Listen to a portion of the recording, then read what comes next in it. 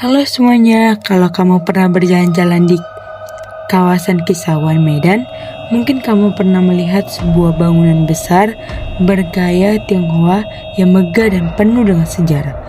Itulah rumah Chong Afi, salah satu peninggalan berharga dari tokoh yang sangat berpengaruh di kota Medan, terutama pada masa kolonial.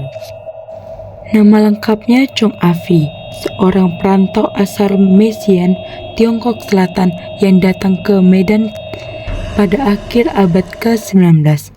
Awalnya, ia hanyalah seorang pemuda biasa yang datang dengan mimpi sederhana, yaitu mencari kehidupan yang lebih layak dan lebih baik. Pada saat itu, ia bekerja di toko milik saudaranya yang disebut dengan Chong Yung Hian. Dari situ, perjalanan luar biasanya pun dimulai. Berbekal kerja keras, kejujuran, dan kecerdasan, Chong Afi perlahan-lahan membangun jaringan bisnis yang luas. Ia terjun ke dunia perdagangan, perkebunan, atau bahkan perbankan. Namun, yang membuatnya dikenang bukan hanya karena kekayaannya, melainkan karena jiwa sosialnya dan kepeduliannya terhadap sesama. Sebagai pengusaha sukses, Chong Afi tidak pernah lupa terhadap rakyat kecil. Ia mendirikan rumah sakit Chong Afi, membangun masjid Raya Al-Masyun, gereja di Medan, serta mendirikan sekolah dan fasilitas umum lainnya. Yang mengagumkan, ia tidak pernah membeda-bedakan siapa yang ia bantu, baik itu dari suku Tionghoa, Melayu, Batak, ataupun Belanda. Semua dianggapnya sama di matanya. Karena kejujuran dan pengaruh yang besar, Chong Afi diangkat kemudian menjadi Kapten Cina, pemimpin komunitas Tionghoa di Medan pada saat itu. Ia juga dikenal sangat dekat dengan Sultan Delhi, bahkan sering menjadi penengah, bahkan penasehat dari berbagai urusan sosial ataupun ekonomi. Jadi, bisa dibilang Chong Afi adalah sosok yang berperan penting dalam perkembangan kota Medan modern. Banyak keputusan besar pada masa itu yang melibatkan ia, baik dalam pembangunan maupun kesejahteraan sosial.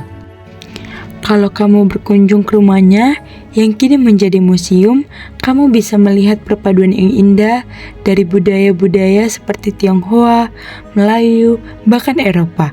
Arsitekturnya yang penuh dengan simbol, warna merah sebagai keberuntungan, emas sebagai kemakmuran, dan ukiran naga yang melambangkan kekuatan.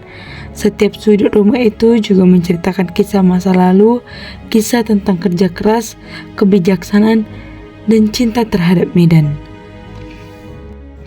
Chong Afi dikenal dengan prinsip hidupnya yang sederhana tetapi bermakna.